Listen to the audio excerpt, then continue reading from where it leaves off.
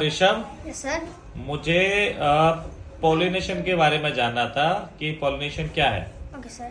Sir, pollination is a process in which pollen grains come out from a plant from his anther, and there are two types of pollination. If the pollen grains go inside that same flower, it called self pollination. Or if it go in another plant by air or by insects or by water, it will called cross pollination.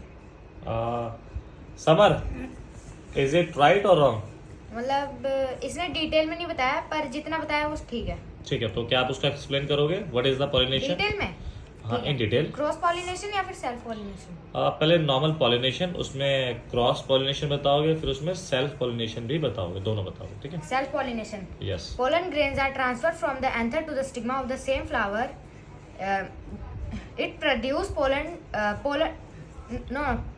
Produce नहीं। हाँ, no ठीक है। The again. pollen tube penetrates the style and reaches the ovary, okay.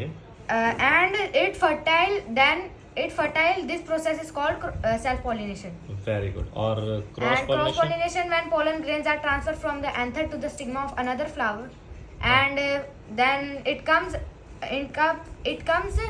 under the flower and fertile. It called cross pollination. Very nice यार, बहुत बढ़िया। एक तूने बहुत अच्छा बोला, लेकिन उसमें थोड़ा सा गैप रह गया, और उस गैप को मेंटेन किसने किया? समर ने।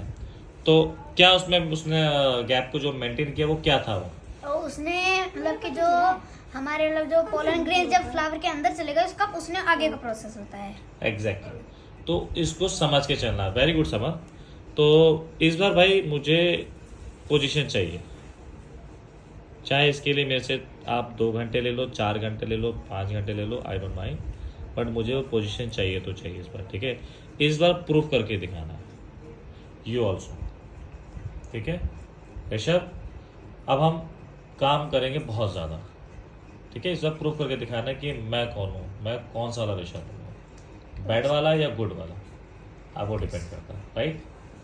तो इस बार आप मेरे ट्यूशन से टॉपर दोनों, शानवी यू ऑल्सो, प्रतीक आप भी, आप ऑलरेडी फर्स्ट आते हो हमेशा, बट मुझे फर्स्ट मार्क्स में, बट फर्स्ट आते वो मार्क्स आपके बहुत कम होते हैं, उसमें वो कम मार्क्स वाला फर्स्ट मुझे नहीं चाहिए।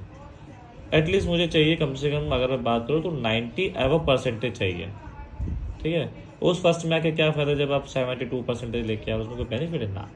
78 78 क्या फ़ायदा, उसमें कोई बेनिफिट ही नहीं है। एटलीस्ट हर पर सब्जेक्ट आपको